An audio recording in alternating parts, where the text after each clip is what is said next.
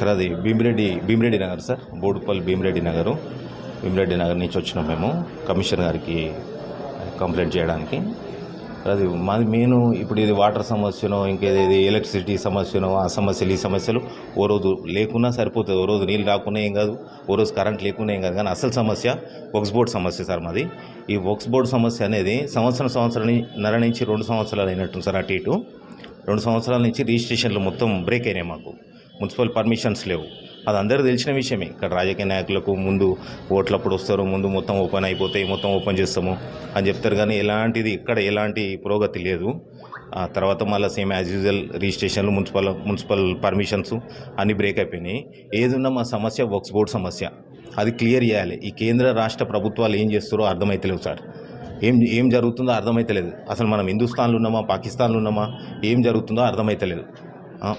రిజిస్ట్రేషన్లు ఇప్పుడు ₹1,00,000 గజం ఉంది, అదే వికర్షక్షన్ కాదు, గవర్నమెంట్ ఇచ్చిన భూములు కాదు, లేకపోతే పట్టా భూములు కాదు. మేము సేల్డీడీ చేసుకున్న భూములు, సేల్డీడీ చేసుకున్న ప్లాట్లు 1,00,000 గజం ఉన్న ఏరియాలో వక్స్ బోర్డు ఏంటి సార్? ఇన్ని సంవత్సరాలు ట్యాక్సీలు, బెటర్మెంట్లు, స్టాంప్ డ్యూటీలు కట్టుకొని ట్యాక్సీలు కట్టుకుంటూ అన్నీ చేసుకుంటా ఇప్పుడు సంవత్సరంన్నర నుంచి బ్రేక్ అయ్యి అది రిజిస్ట్రేషన్లు బ్రేక్ చేసి వక్స్ బోర్డు అంటే మరి అధికారులు, రాజకీయ నాయకులు వీళ్ళందరూ ఎవరు సలహాలు ఇస్తారు? వాళ్ళకు తెలుస్తలేదా? ఎవరు సలహాలు ఇస్తలేరా? అసలు ఏం జరుగుతుంది రాష్ట్రంలో? ఏం జరుగుతుంది దేశంలో? నరేంద్ర మోడీ గారు ఉన్నారు కదా, మరి ఏం చేస్తున్నట్టు? ఈ మాత్రం సలహా, ఈ మాత్రం దేశం మొత్తంలో ఉన్నట్టుంది ఈ సమస్య. తీసుకుంటే మన వరకు మాత్రం ఈ రాష్ట్రంలో సంబంధించిన విషయం, ఇది రాష్ట్రానికి సంబంధించిన విషయం. మన ముఖ్యమంత్రి గారు కూడా లాస్ట్ టైం వచ్చినప్పుడు హామీ ఇచ్చిండు.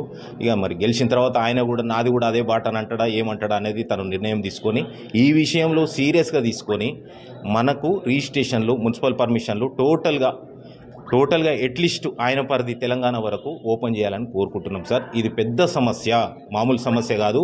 చాలామంది చాలా రకాలుగా ఇబ్బందులు పడుతున్నారు. ఈ 43 సర్వే నెంబర్లో ఏమో మొత్తం మీద బ్లాక్ లిస్ట్లో పెట్టారు సార్. రిజిస్ట్రేషన్ లేవు, పర్మిషన్ లేవు, ఏమి లేవు. మళ్ళీ ఇయర్ కాకముందుకే ట్యాక్స్లకు వస్తారు, కామన్గా అవి ఇచ్చేస్తూనే ఉంటారు. ఎవరు వాటి గురించి ఆలోచించే పరిస్థితులలో ఎవరు లేరు. ఏది ట్యాక్సీలు చెల్లించాలా? ఎందుకంటే 70,000, 80,000, ₹1,00,000 మినిమం గజం ఉంది. ఏదో స్లమ్ ఏరియా కాదు, వికర్షక్గా వక్స్ బోర్డు అంట. మరి అదేందో అర్థమవుతలేదు. ఈ నుంచి ఇక మొత్తం తీసేసుకుంటూ అయిపోతుంది వాళ్ళే.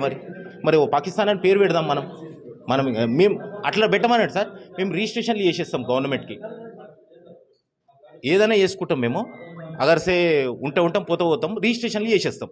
పేరన్నా మార్చమనండి. మరి హిందుస్థాన్ అని పేరన్నా మార్చాలి. ఇక ఏం జరుగుతుంది సార్ ఇక్కడ? అర్థం కాని సమస్య ఇది. అందరు రోడ్ల మీదకి వచ్చి ఫైటింగ్లు చేయాలన్నా? ఆడోళ్ళు, మగోళ్ళు, పిల్లలు వీళ్ళందరూ రోడ్ల మీదకి వచ్చి ధర్నాలు చేస్తే కూడా ఎవరు రారు. వస్తారు ఓట్లప్పుడు వస్తారు, ముందు హామీ ఇస్తారు, ఆ తర్వాత మళ్ళీ కథం, మళ్ళీ కనిపించేది ఉండదు. మొత్తం అయిపోయినాయి, మొత్తం ఓపెన్ చేసేసిరని మళ్ళీ రెడ్డి సాబ్ వచ్చి చెప్పిపోయాడు. ఇప్పుడైతే ఆయన పత్తాకే లేడు. ఒక్కొక్కరు ఒక్కొక్క హామీ ఇవ్వాలి, జనాలతోనే ఆడుకోవాలి. అసలు ఏం జరుగుతుంది? మీకు ఎక్కడి వక్స్ బోర్డు అంటే ఏందో మాకైతే తెలుస్తలేదు సార్. దానికి అర్థం ఏందో చెప్పమనండి. అట్లనన్నా గిదిరా అర్థము అని చెప్పమనండి మమ్మల్ని. మాకు సరిపోతుంది, అట్లనే సరిపోతుంది. మేము వింటాం. అరే వక్స్ బోర్డు అంటే గిదా అని ఒక ఐడియా వస్తుంది.